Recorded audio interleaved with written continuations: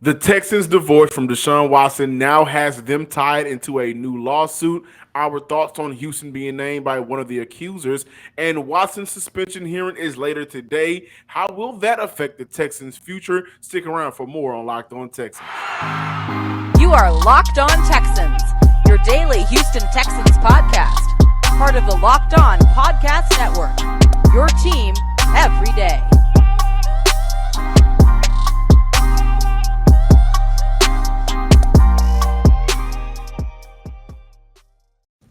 Welcome, everybody, to a Tuesday edition of the Locked On Texans podcast, a part of the Locked On Podcast Network, your team every day. I'm John Hickman, joined by Cody Davis, and for today's episode, a little bit of a serious tone, but these are matters that we have to discuss in terms of the Houston Texans now being named by one of Deshaun Watson's four accusers that have not settled as basically enablers of Deshaun Watson.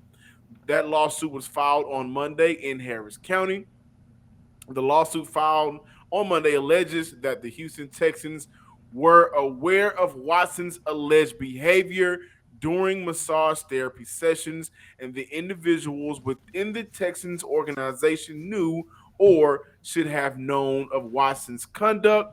The Texans released a statement on Monday saying that we are aware of the lawsuit filed against us today. Since March 2021, we have fully supported and complied with law enforcement in various investigations. We will continue to take the necessary steps to address the allegations against our organization. And I also want to add this tidbit.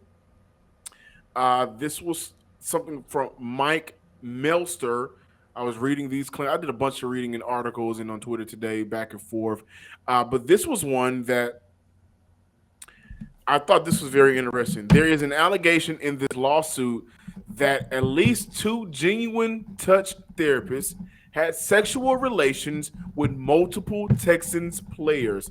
The Texans knew of this activity, and at least of one of genuine touch therapists was fired due to sexual activity with Texans players. That is also alleged.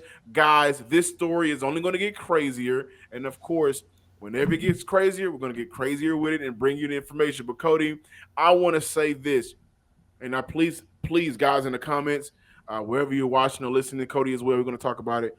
The Houston Texans should 100% be investigated as a whole in terms of whether or not they played a part in sexual misconduct by Deshaun Watson.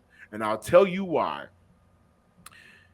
For guys that are traders, if you go out there, if you're a trader, if you manage or whatever the case is, if you're over a lot and there's a lot of money invested, Deshaun Watson was invested into the moment that they traded a lot of picks away to move up for him in 2017 to draft him as their quarterback. And then just 18 months ago, almost 2 years now, when they gave him that contract extension. This franchise was heavily invested in a superstar quarterback that the city has been yearning for 20 years. That's a fact. And this is also the same league that knows everything about their players. You guys remember that one report, I think it was Sports Illustrated, that Jack Easterby had his own private investigators following people? This is nothing new in the NFL. So I believe that there was a lot of knowledge. And remember, again, I think, Cody, you're going to bring this point up as well. What was it, like Black February, when everybody was getting fired up out the paint? All right? You cannot investigate. Well, you can because he's a part of the organization. But this is all pre-Caserio era. But before Caserio got here, the year Jack Easterby got here, which a lot of people, I believe, owe him an apology. I think he was a man of valor, trying to clean up a lot of the mess. Hey, since Deshaun Watson, we've learned about some of the issues that D-Hop had here, some of the issues that other players and people in this organization had in this franchise. And Deshaun Watson was the golden child. So I am comfortable with saying, hey, let's get an investigative team. Let's investigate this entire organization. Let's find out what they know. Allegedly, players, this is a thing for them. And remember the conversation we had not too long ago, Cody, when we discussed why the HPD sex trafficking ring got involved. And I said, hey, this is serious. There's a reason why they are involved. So this isn't a Deshaun Watson and friends type of deal. Now, with this lawsuit naming the Houston Texans as, again, quote unquote, alleged enablers, this is a Houston Texan problem. And Deshaun Watson only employs a handful of people. The Texans, on the other hand, they got a whole payroll team to make sure people getting paid on time. It is very fair to investigate this franchise for any part that they played in not only Deshaun Watson's sexual misconduct alleged charges, but everything else they may have going on off of 16 and Kirby. Outside of Cal McNair getting investigated, he's like the only one that I would actually say makes sense for this organization to be investigated. Because, John, you actually alluded to it. Black February. February of 2021, we saw this organization depart from so many people, i.e., the entire equipment staff, who all were very close friends and had very close knit relationships with Deshaun Watson. And why is that important? Prior to that, matter of fact, prior to March 16th, when the first lawsuit was filed against Deshaun Watson, that whole entire time, everybody, reporters, fans, even us here on Locked On Texans, we was trying to understand why in the hell are the Texans departing from so many people within this organization who had close ties to Deshaun, when we all thought at that time the number one top priority was to mend the relationship with Deshaun so you won't lose that quarterback that you dreamed of over the last 20 years. John, I never believed the conspiracy that this organization set Deshaun up. I never believed it. But what I would say is this organization, it's hard for me to believe that this organization did not know what was going on. And what I mean by that is, now I'm starting to get a sense of how much other teams and other players are going to get involved in this now.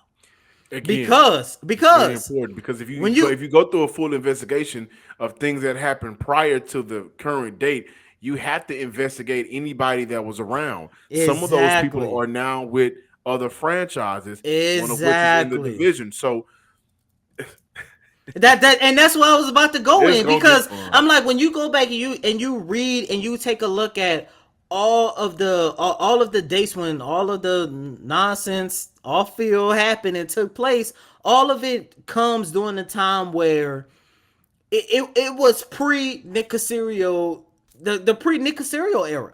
And just look at the mass exit that has taken place from March of 2020, I want to say, that started with D-Hop. Not saying D-Hop is a part of this, but I'm saying when you go back, you take a look at the terrible exit that has taken place within this organization. It doesn't matter if it was anybody on staff, players, coaching staff. Like, there was just this mass exit going on off of 610 and Kirby to now it's like, if they do a full investigation, a lot of these people like Nick Caserio, Lovie Smith, Pep Hamilton, hell, Davis Mills, like, these people were not involved. It was not a part of this organization when it took place.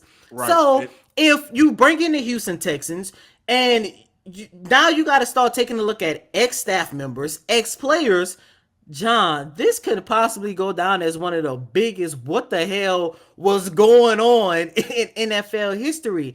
And the sad part about all of this is, and I hate to say this, but the one guy that we all thought was the reason why this organization was falling apart might have been the guy in Jack Easterby, in hindsight, might have been the guy that was trying to save face to this organization. Not saying that he doesn't have dirt on his hands, because we heard some things that he did. We like, man, what the hell? But this is just a mess, John. Like, it's just going to get even worse. I'll say this. We talk about dirt on their hands. If we're being fair and completely honest, Cal McNair is, there's no way that he has no involvement in this.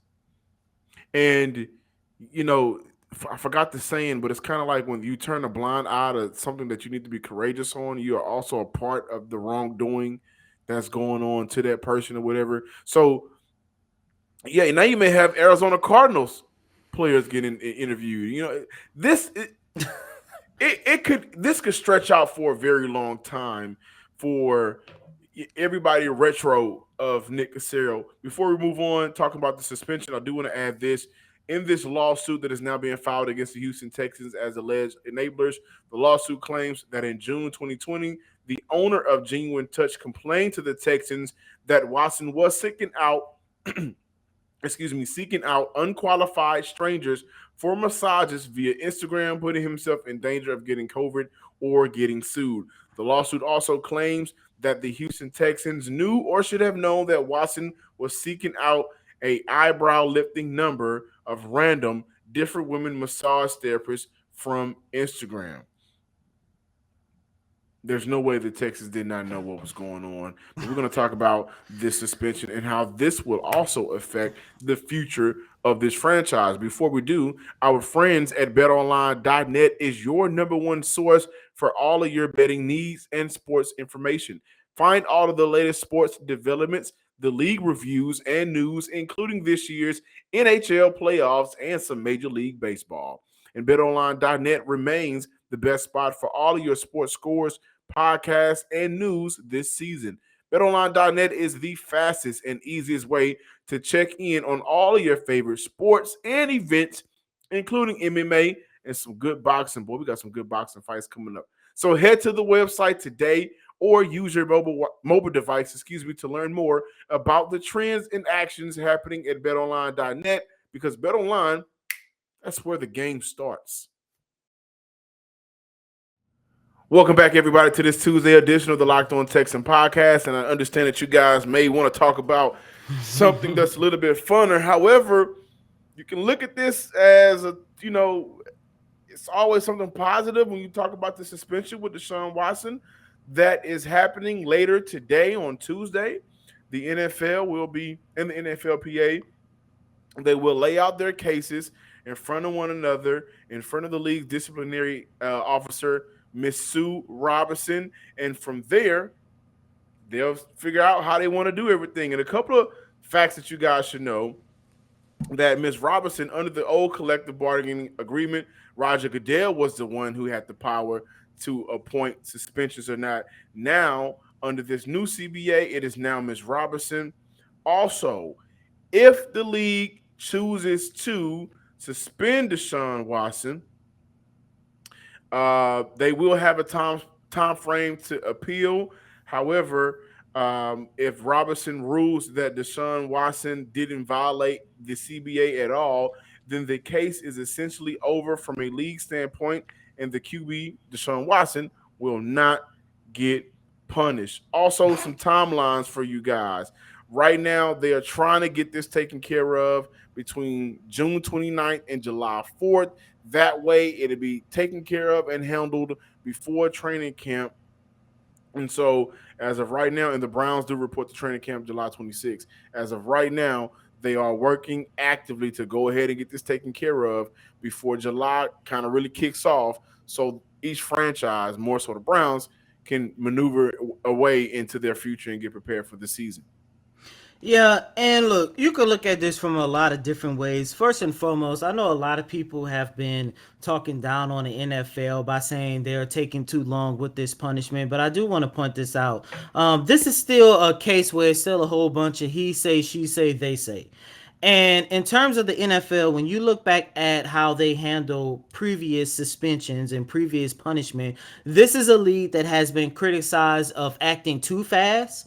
The facts come out, and then the person that was punished is like, man, that was very unfair. Or this is a league that waited entirely too long, and it's like, why are you guys not doing anything? In the case of Deshaun Watson, once again, this is still a classic case of he say, she say, they say. I like the fact that this is a league that actually took their time to see what they're going to do with Deshaun Watson. Because, John, had they come out when the trade was made and say, okay, Deshaun, this is your punishment, sit out, given how bad this situation has gotten since the trade. The amount of information that's came Yeah, out like you said, the since amount of then. information and stuff, I don't think a early punishment would have do justice to whether or not Deshaun Watson is in a situation for a punishment or not, or whatever the case might be. However, I do want to mention this. The Houston Texans own the Cleveland Browns first round draft pick in 2023 and 2024. Last weekend, it was reported that the league and Deshaun Watson's camp, they are preparing for a year suspension. Of course, he's going to try to appeal it, but this seems like an opportunity to where they're going to suspend Deshaun Watson for not just a year, they say indefinitely, which is something that I actually talked about. The last time we talked about the Deshaun Watson situation, I say an indefinite suspension is fair because more stuff is going to come out. If it helps Deshaun Watson, hell, shorten his suspension, get him back on the field, but if it doesn't help, and as of right now, the more information that comes out doesn't help this young man, sit him down for beyond a year, whatever the case might be. But let's just say the more realistic approach that's probably going to happen, they're going to suspend him for a year.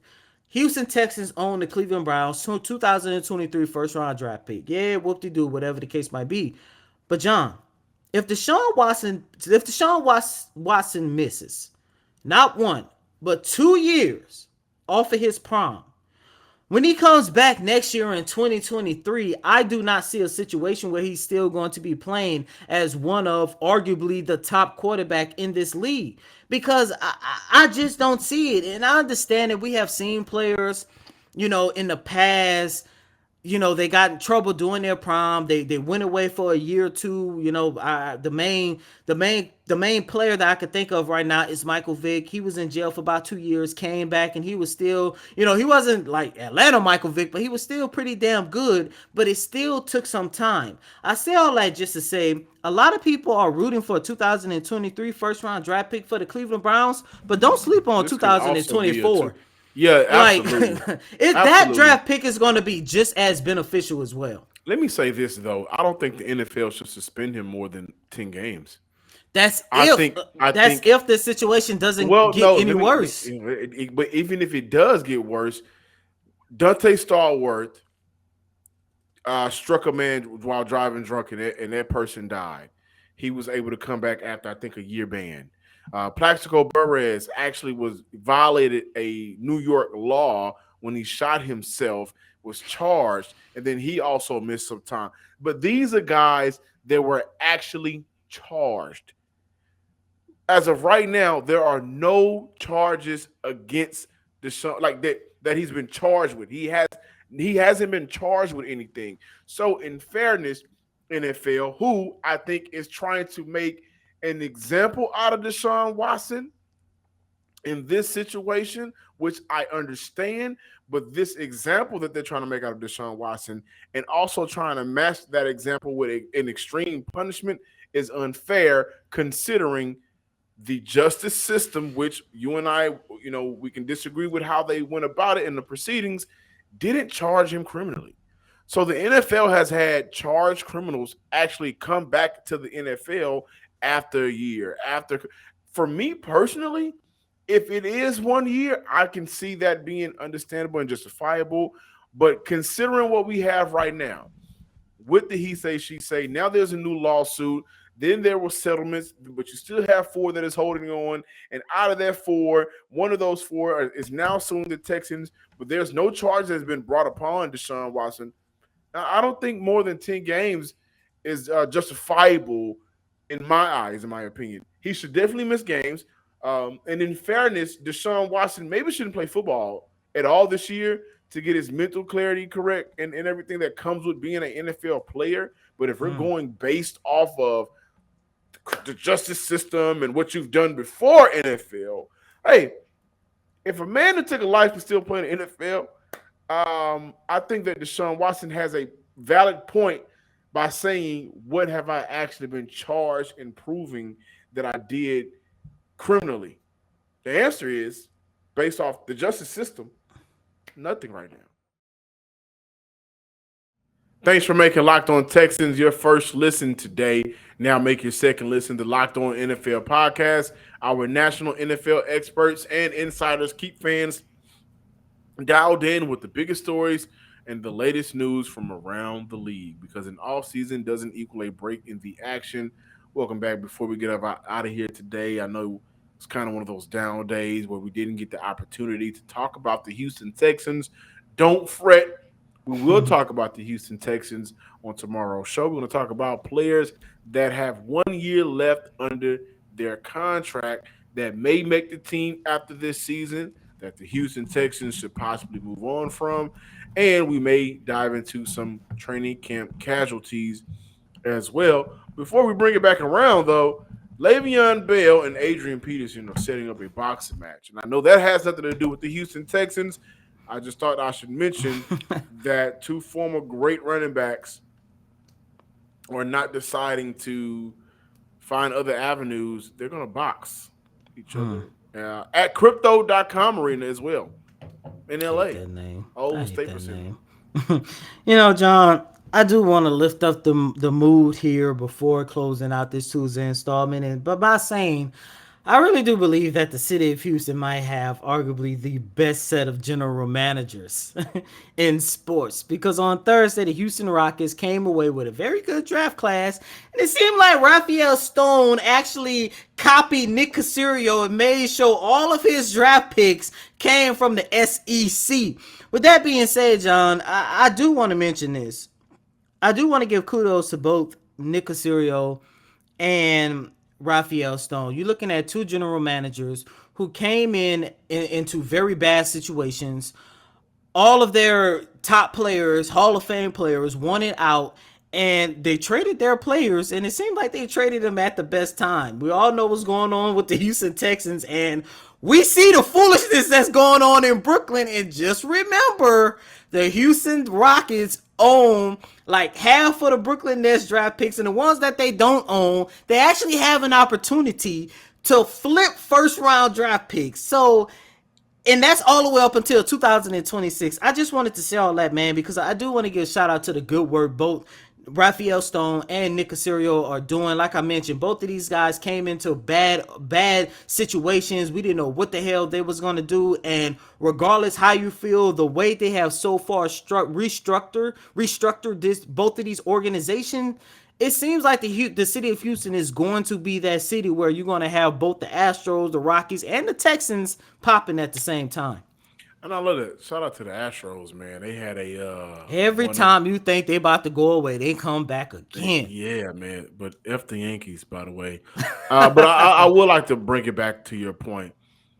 With Nick Caserio walking into this situation that, as we know now, this franchise is going to be investigated because of a lawsuit.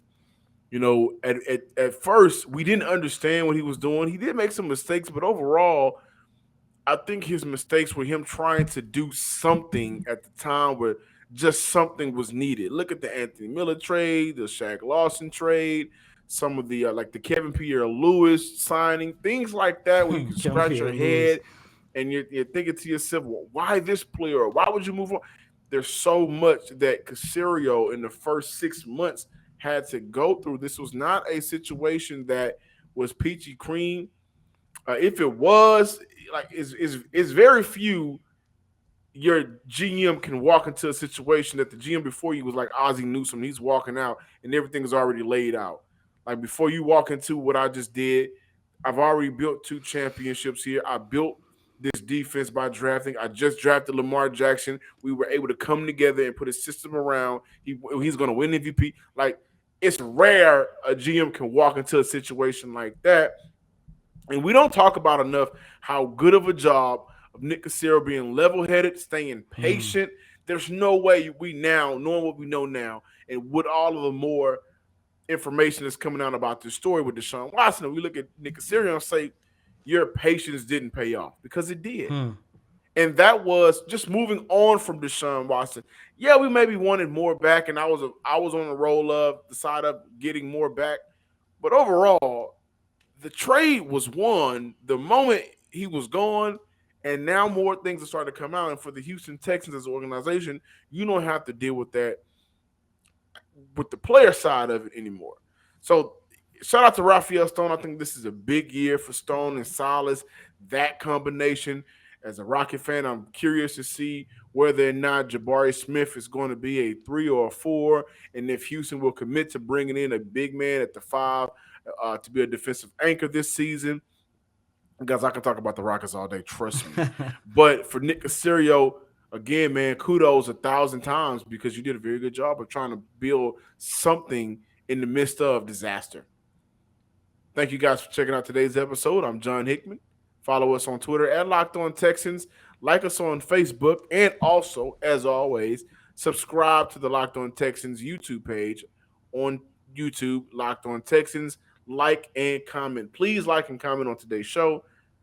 I think we should hear from you guys. And as always, I'm your host, Cody Davis. Please remember to follow me on Twitter at CodyDavis_24. Once again, that's Cody, COTYDAVIS_24. And by the way, since we're talking Astros and Rockets, please be sure to check out our brothers over at Locked On Astros and Locked On Rockets for more on that story. But until next time, ladies and gentlemen, peace.